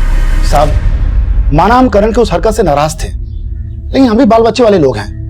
हम ऐसे थोड़ी ना कुछ करेंगे जैसा वो लोग आरोप लगा रहे हैं। लेकिन हमें पता चला कि उस इंसिडेंट के बाद आपने अपने बच्चों को करण के साथ खेलने से भी मना कर दिया था। हाँ अंकल, पापा ने मना किया था, फिर भी हम दोनों ने शगुन दीदी और करण से दोस्ती कर ली। तो तुम भी उस दिन करण के साथ खेल रहे थे? नहीं अंकल, मैं नहीं खेल रहा था, सिर्फ गोविंद ही खेल रहा था। हाँ अंकल, मैं करण भैया के साथ खेल रहा था, लेकिन पापा को यह बात पसंद नहीं थी, इसलिए मैंने झूठ बोला।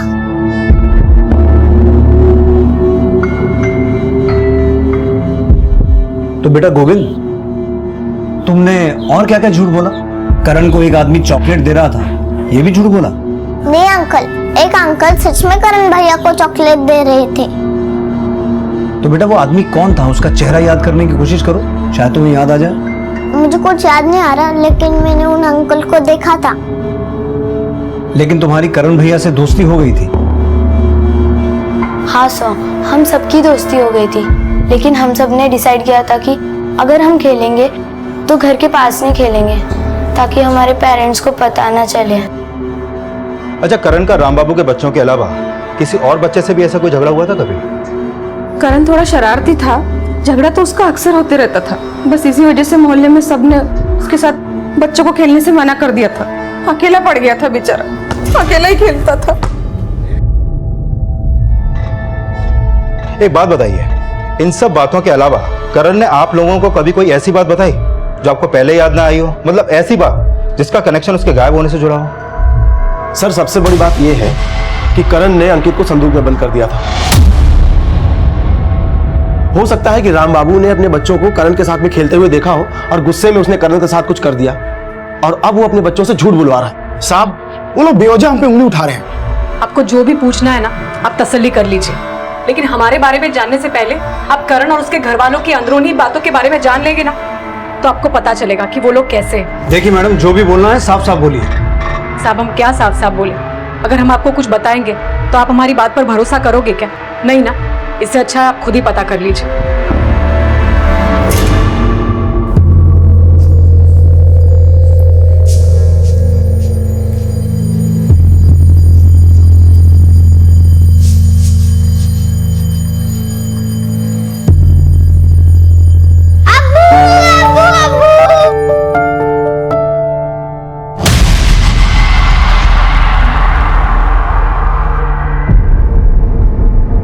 इमरान को याद करके आंसू बहा रहे हो या ये किसी पछतावे के आंसू हैं? अब पछताने के लिए भी कुछ नहीं बचा, और अगर याद करने से कोई वापस भी आ सकता तो ये मलाल ना होता कि हमारे बीच हमारा इमरान नहीं है।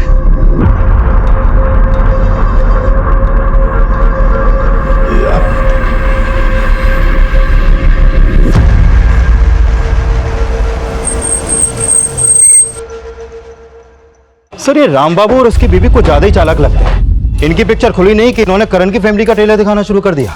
और सर, ये लोग जरूर कोई स्क्रिप्ट लिखकर बैठे हैं जिसके डायलॉग शायद ही अपने बेटे से रटवा कर बुलवा रहे हैं। करण को चॉकलेट देने वाले आदमी के बारे में अभी तक तो कुछ पता चला नहीं है, लेकिन मान लो कि ऐसा कोई आदमी था तो हो सकता है करण उसे जानता हो सकता है वो आदमी करण की फैमिली से जुड़ा कोई हो। राम बाबू की फैमिली के साथ साथ करण की फैमिली के बारे में भी सब कुछ पता लगाओ, और इसके साथ साथ इमरान के मर्डर से जुड़े हर एंगल को इन्वेस्टिगेट करो।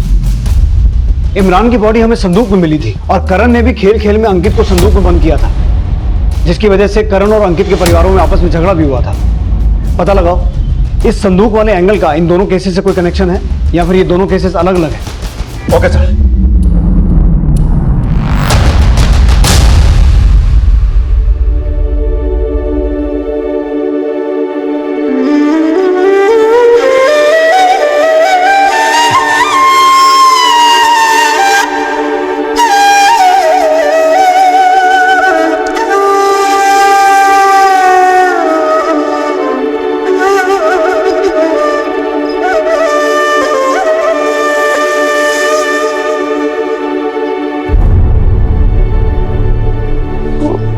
वो करण। परेशान मत हो बेटा, मुझे भगवान पर पूरा भरोसा है। करण सही सलामत हमें मिल जाएगा।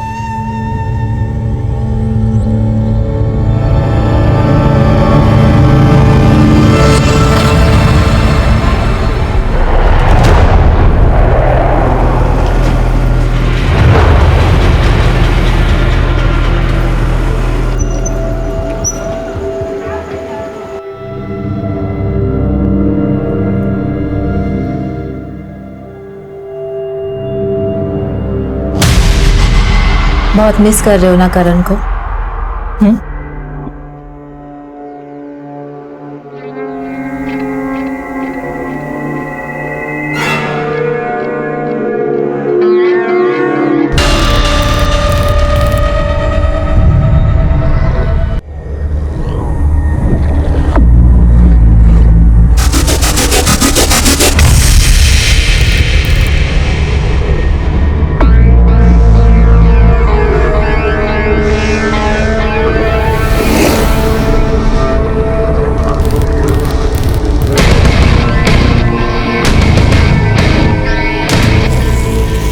हिम्मत रखिए, सब ठीक हो जाएगा।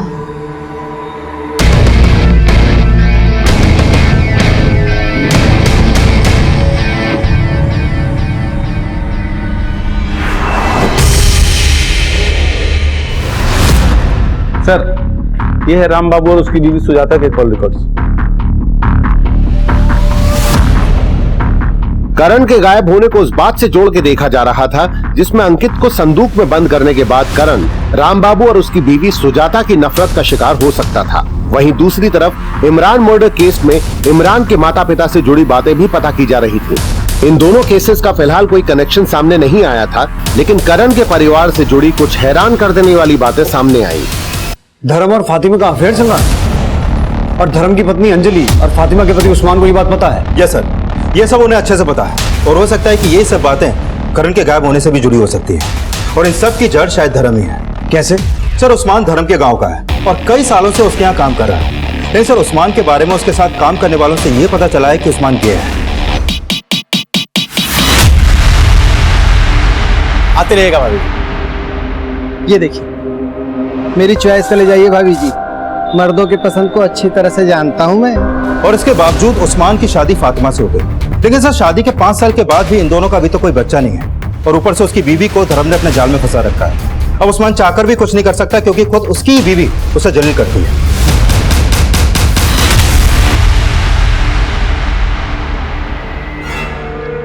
ये जो तू कर रही है ना, ठीक नहीं कर रही है फातिमा। और तुमने जो मेरे साथ किया वो ठीक था? मैं अपनी खूबसूरती सिर्फ तुम्हारे साथ बर्बाद नहीं करना चाहती, और अगर इतनी प्रॉब्लम है तो छोड़ के चले जाओ। तू किसी गलत फहमी में मत रहना, वो कमीना कभी भी तुझे अंजलि भाभी की जगह नहीं देगा। उस्मान जैसे पानी अपनी जगह खुद बना लेता है, वैसे फातिमा भी अपनी जगह बनाना जानती है।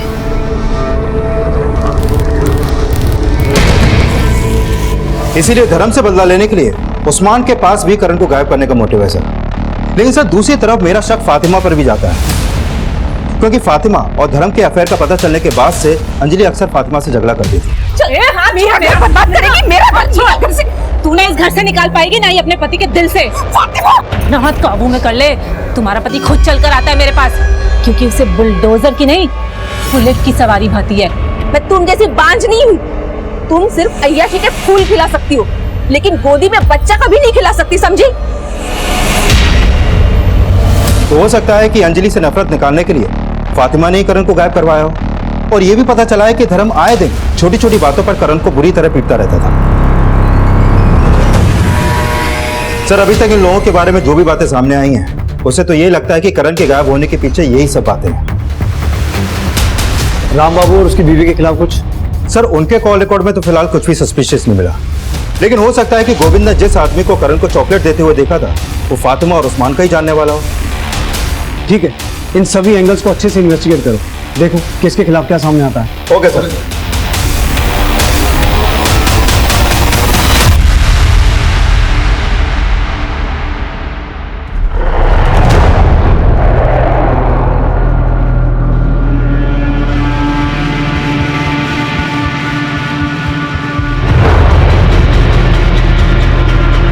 शगुन के हाव भाव इशारा कर रहे थे कि वो कोई ऐसा राज जानती थी जिससे वो लगातार डरी हुई नजर आ रही थी, लेकिन उसके डर और करण के गायब होने की वजह का खुलासा करण के माता पिता और उस्मान फातिमा से जुड़ा था। ये राज कुछ और था। फिलहाल करण का गायब होना रहस्य ही बना हुआ था और इस बीच इमरान की पोस्टमार्टम रिपोर्ट सामने आई। सर, ये इमरान की पोस्टमार्टम रिपोर्ट। सर, इस रिपोर्ट के मुताबिक इमरान की मौत उसी दिन हुई जिस दिन इमरान के फादर सैयद ने उसकी मिसिंग कंप्लेंट दर्ज करवाई थी। लेकिन सर, हैरानी की बात यह है कि इमरान का गला झटके से नहीं बल्कि धीरे धीरे काटा गया, जैसे किसी जानवर की बलि दी जाती है। What? यस सर, रिपोर्ट में यही सामने आया। और सर, इमरान के गायब होने का कोई मोटिव भी सामने नहीं आया और न ही इमरान के फादर को उसके गायब होने के बाद कोई रैंसम कॉल आया था। सर, हो सकता है कि इमरान को किसी अंधविश्वास के चलते सिर्फ उसकी बलि देने के लिए गायब किया हो और फिर बलि देने के बाद उसकी बॉडी को डंप कर दिया गया हो। विनय, अगर ऐसा है तो हो सकता है कि इमरान के गायब होने का कनेक्शन किसी तांत्रिक से हो। उस एरिया के जितने भी तांत्रिक हैं सबको राउंड अप करो। और विनय, कहीं ऐसा तो नहीं कि करण को भी इसी मकसद से गायब किया गया हो?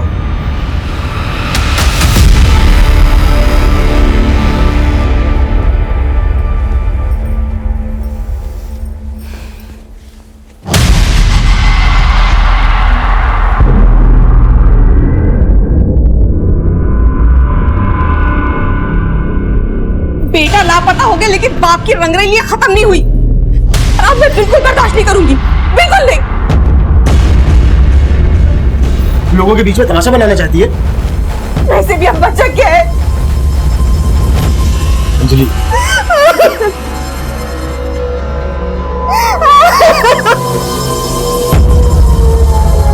सर, जब मैं एरिया के तांत्रिकों के बारे में पता कर रहा था तो पता चला कि उस्मान का एक नादिर शाह नाम के बाबा के यहाँ आना जाना था। वो उस बाबा के पास इसीलिए जाता था क्योंकि उसे बच्चा चाहिए था। और सर, ये भी पता चला है कि उसी बाबा के पास इमरान का बाप सैयद भी जाता था। और हाँ सर, उस्मान का सैयद से भी मिलना जुलना था। तो कहीं ऐसा तो नहीं कि उस नादिर शाह के कहने पर उस्मान ने इमरान की बलि दी हो? साहब मैं मानता हूँ कि मैं पीर बाबा के पास जाता था साहब, लेकिन उन्होंने मुझे कभी कुर्बानी के लिए नहीं बोला साहब, और ना ही मैंने कभी ऐसा कोई काम किया जैसा आप बोल रहे हैं। मेरा यकीन कीजिए साहब, मैंने आज तक किसी को बलि के लिए नहीं कहा साहब, ना ही मैं कोई गलत काम करता हूँ। हाँ साहब, इमरान के अब्बा से मेरा मिलना जुलना था, लेकिन इमरान की हत्या से मेरा कोई लेना देना नहीं है साहब। मैंने कोई कुर्बानी नहीं दी। इमरान को ही नहीं, मुझे लगता है करण को भी तूने इसी मकसद से गायब किया। अल्लाह साहब, मैंने ऐसा कुछ नहीं किया है। देख उस्मान, एक सीधा सवाल पूछता हूँ, मुझे उसका सीधा जवाब चाहिए। हमने सुना है कि तेरी बीवी का करण के बाप के साथ चक्कर है, तो कहीं ऐसा तो नहीं कि धर्म से बदला लेने के लिए तूने करण को गायब किया? साहब, अगर मुझे बदला लेना होगा ना तो मैं अपनी बीवी से लूंगा ना, धर्म से लूंगा। बच्चे की हत्या क्यों करूंगा साहब? मैंने ऐसा कुछ नहीं किया साहब, मैं सच कह रहा हूँ। मैं सोचता था कि उस्मान दोस्त है मेरा, लेकिन मुझे पता नहीं था कि वो इमरान के साथ ये सब करेगा। लेकिन उसे ये सब करने के लिए तो उसी बाबा ने बोला होगा ना, जिस पर तुम भी भरोसा करते थे। उन्हें देखकर कभी ऐसा लगा ही नहीं कि वो ये सब बोलेंगे, और मुझे समझ में ही नहीं आया कि कौन भरोसेमंद है और कौन धोखेबाज। लेकिन कभी कभी धोखा भी वही लोग करते हैं जिन पर हम बहुत भरोसा करते हैं।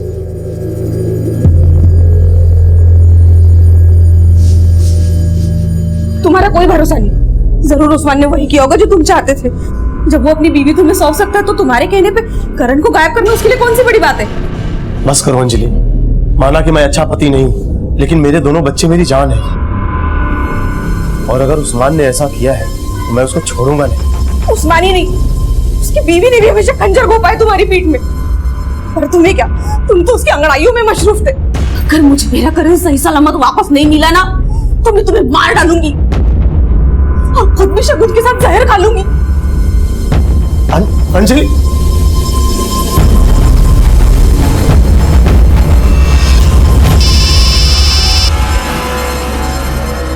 हेलो,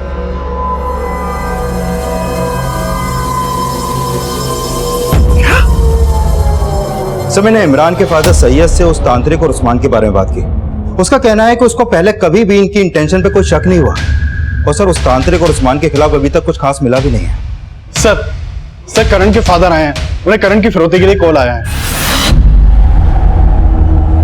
सर 5 लाख रुपए मांगा उन लोगों ने, और बोले कि दोबारा फोन करके बताएंगे कि पैसे कब और कहां पहुंचाने हैं। वो नंबर दिखाइए जिससे कॉल आया था। हाँ सर। इधर पुलिस करण की फिरौती मांगने वालों का पता लगा ही रही थी कि एक दूसरे थाना क्षेत्र में एक और बच्चे की लाश मिलने की घटना सामने आई।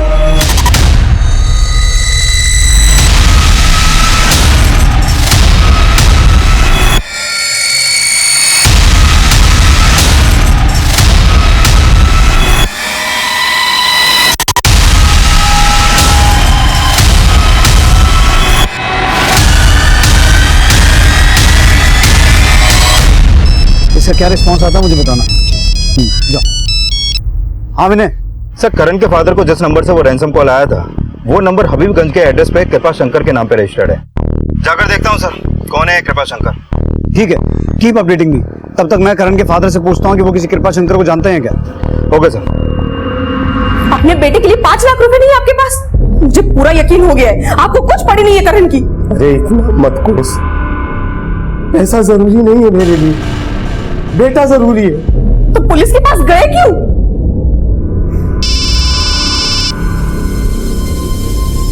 हेलो, कृपा शंकर? नहीं सर, मैं ऐसे किसी नाम के आदमी को नहीं जानता हूँ। ठीक है सर, आप करण को सही सलामत बचा लेंगे ना? देखिए, आप फिक्र मत कीजिए, लेकिन वो लोग आपको पैसों के साथ जहां भी बुलाएं आप मना मत करना, लेकिन उन्हें इस बात की भनक नहीं लगनी चाहिए कि आपने हमें सब कुछ बता दिया है। ठीक है सर।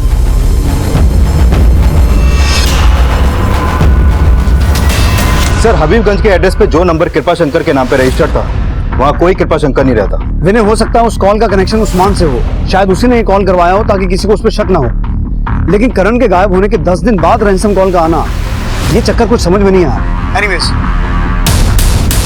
सर, प्रशांत विहार में नाले के पास एक बच्चे की लाश मिली है। सर, प्रशांत विहार में नाला उसी तरफ से आता है जहाँ करण रहता है। हो सकता है लाश करण की हो।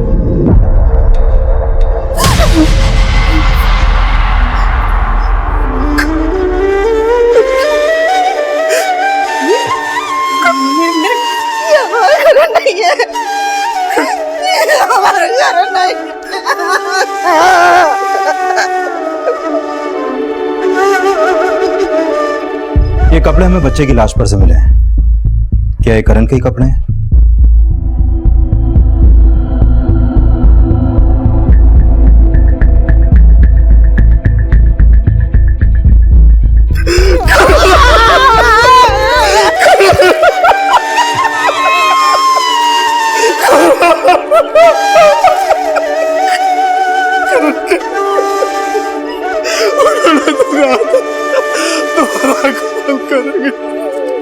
हमारा करण वापस करेंगे।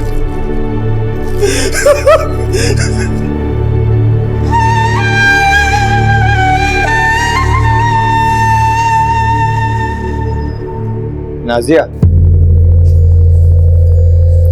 बात को समझने की कोशिश। हाथ मत लगाओ मुझे। मैंने सपने में भी नहीं सोचा था कि तुम इतना गिर सकते हो। नाजिया, लेकिन मेरी बात। बस अब और नहीं सहूंगी मैं।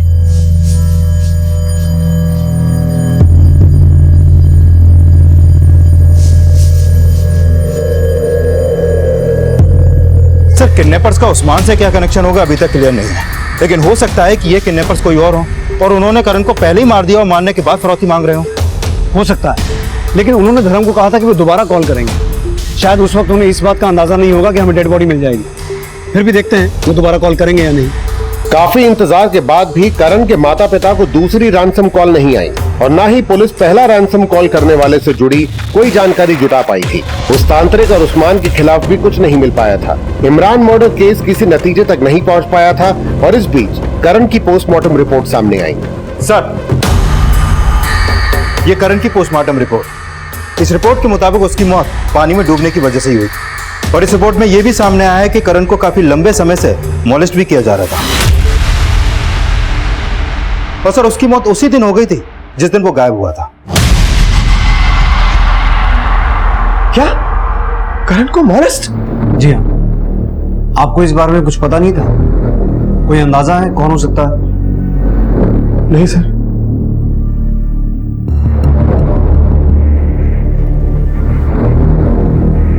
ठीक है। अंकल मुझे पता है ये सब किसने किया करण के साथ। नवीन अंकल ने किया ये सब करण के साथ। नवीन अंकल ने धमकी दी थी कि अगर करण ये सब मम्मी पापा को बता देगा तो नवीन अंकल हम सबको मार देंगे। हमें वो बात मम्मी पापा से नहीं छुपानी चाहिए। दीदी, खतरा क्यों मोल ले रही हो? बोलोगी ना तो प्रॉब्लम और बढ़ जाएगी। करण ये सब मम्मी पापा को नहीं बताना चाहता था। लेकिन बेटा, अगर आपको ये बात पता थी तो आपको ये बात अपने पेरेंट्स को बतानी चाहिए थी। मैं बताना चाहती थी लेकिन कैसे बताती, मुझे कुछ समझ में ही नहीं आ रहा था। नहीं सर, इसकी कोई गलती नहीं है। दरअसल ये सारी गलती मेरी है। दरअसल मैंने कभी अपने बच्चों को ऐसा माहौल ही नहीं दिया कि वो मुझसे खुलकर बात कर सके। इसमें इसका कोई दोष नहीं, ये सारा दोष है।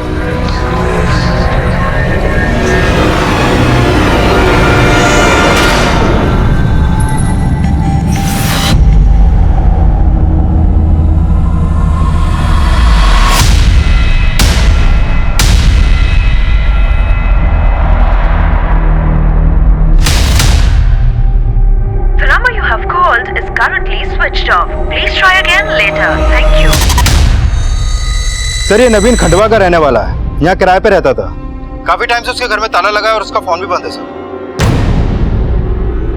नवीन का गायब होना उसे प्राइम सस्पेक्ट बना रहा था और काफी छानबीन के बाद आखिरकार पुलिस ने नवीन का पता लगा ही लिया।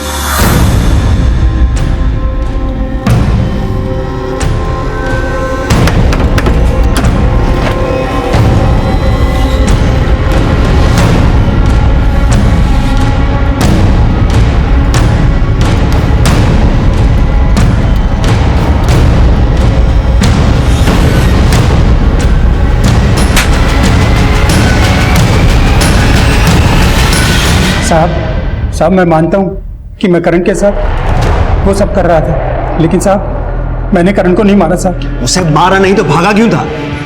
साहब करण गायब हो गया था और साहब मैं देख रहा था कि आप लोग आए दिन मोहल्ले में पूछताछ कर रहे थे। साहब मुझे ऐसा लगा कि कहीं आपको ये सब पता ना चल जाए कि मैं करण के साथ, इसलिए साहब डरकर मारा भाग गया था मैं। लेकिन साहब मैंने करण को नहीं मारा साहब मैंने करण नवीन अपने बयान पे कायम रहा कि उसने करण की हत्या नहीं की थी और तभी इमरान मर्डर केस से जुड़ा एक और राज सामने आया। सर, इमरान के फादर सैयद के बारे में कुछ बातें पता चली। कुछ दिनों से सैयद के अपनी बीवी के साथ लगातार झगड़े हो रहे हैं और उनके घर से झगड़ों की आवाजें आती हैं। पड़ोसियों ने बताया कि उन्होंने इमरान की मां को कई दिनों से घर से बाहर निकलते हुए नहीं देखा है।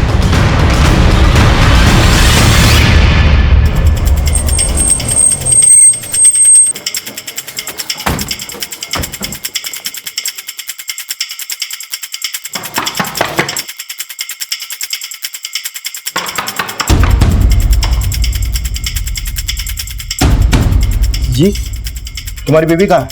वो सब मायके गई हुई है। कुमार,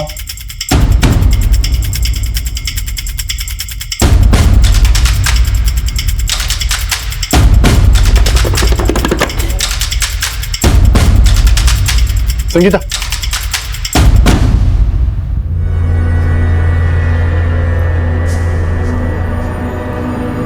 साहब आपको जरूर कोई गलतफहमी हुई। मेरी बीवी यहाँ नहीं है। सर, इसकी बीवी ने सब सच बोल दिया है।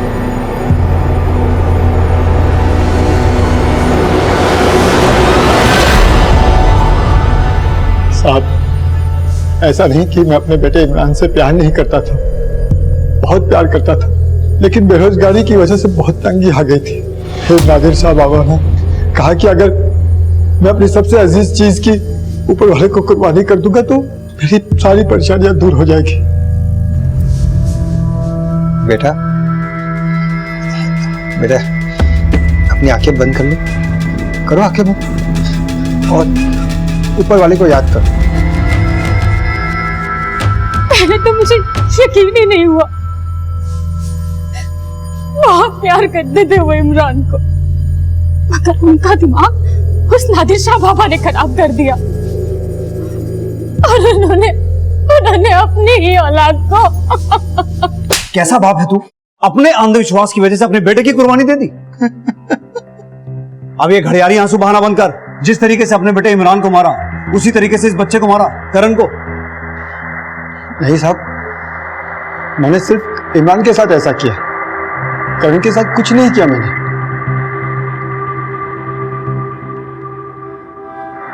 इमरान अपने पिता के अंधविश्वास का शिकार हुआ था और उसके पिता को वो अंधविश्वास देने वाले नादिर शाह को भी गिरफ्तार कर लिया गया। लेकिन करण किसके अपराध का शिकार हुआ था, ये अभी भी रहस्य बना हुआ था। सर, इन सबका मोटिव है करण का मर्डर में, लेकिन काफी जोर देने के बाद भी ना तो इनमें से कोई अपना गुनाह कबूल रहा है और ना ही इनमें से किसी के भी खिलाफ अभी तक कुछ मिला है। विनय, इसमें हाथ उसी का है जिसने करण के फादर से करण की फिरौती मांगी थी, लेकिन एक बार रैंसम कॉल आने के बाद दोबारा कॉल नहीं आया। किसी भी तरह से ये पता लगाओ कि कृपा शंकर नाम के फेक आईडी से लिया गया फोन कौन इस्तेमाल कर रहा है। Okay sir.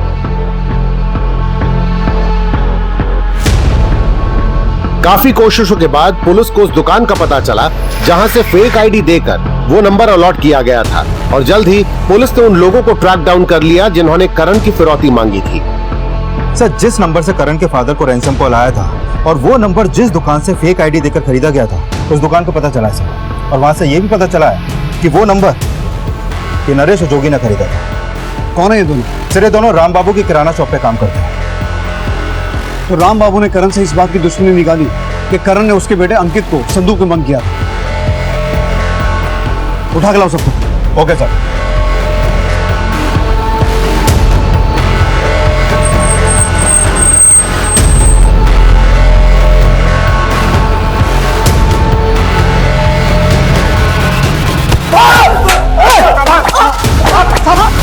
नहीं साहब, मुझे नहीं पता कि नरेश्वर जोगी ने क्या किया, लेकिन मैंने उसे कुछ नहीं कहा साहब। राम बाबू जी ने नहीं कहा था फिरौती मांगने के लिए, हम खुद ही मांग रहे थे। साहब, उन्होंने हमें बताया था कि काफी समय से उनके मकान मालिक का बेटा खो गया है और मिल नहीं रहा है, इसलिए हमने सोचा कि उनसे झूठ बोल के पैसे मांग सकते हैं साहब। लेकिन हमने करण को किडनैप नहीं किया था, बस उसका गायब होने का फायदा उठा रहे थे।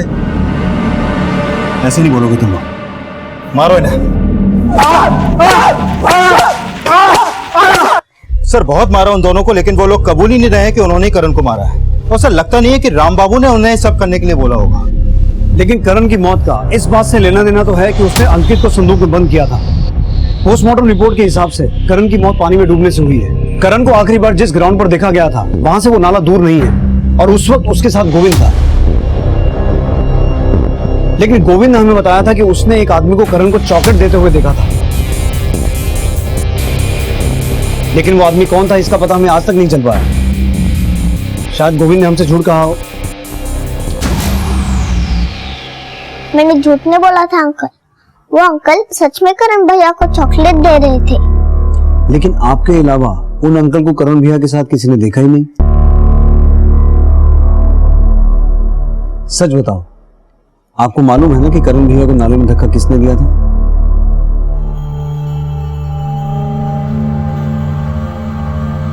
करण भैया को धक्का आपने दिया था ना? बेटा किसने बंद किया तुझे? करण। मेरा तो जी करता है उस करण का गला दबा दूं। देखो ना क्या हालत कर दी है मेरे बच्चे की। आज तो बहुत मजा आया ना, मैंने क्या 6 मारा।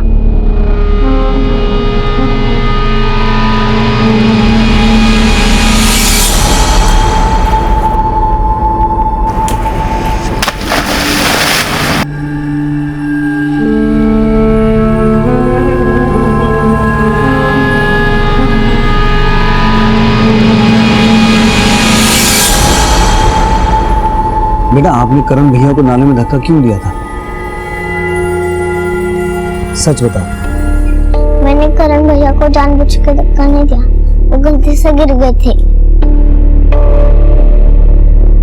पापा मुझे घर जाने, पापा मुझे घर जाने, पापा मुझे घर जाने, पापा मुझे घर जाने। चलते हैं, चुप हो जाओ, चुप हो जाओ।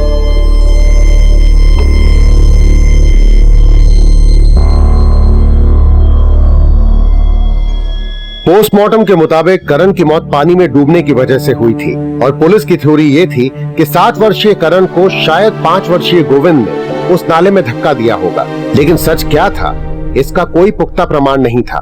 करण की संदिग्ध मौत अब भी रहस्य बनी हुई है, लेकिन ये साफ था कि करण नवीन के शोषण का शिकार हो रहा था। करण की इस नियति के लिए कहीं न कहीं उसके परिवार का तनावपूर्ण माहौल जिम्मेदार है। अपने बच्चों को एक बेहतर कल देने के लिए जरूरी है कि उनको एक बेहतर वर्तमान दिया जाए।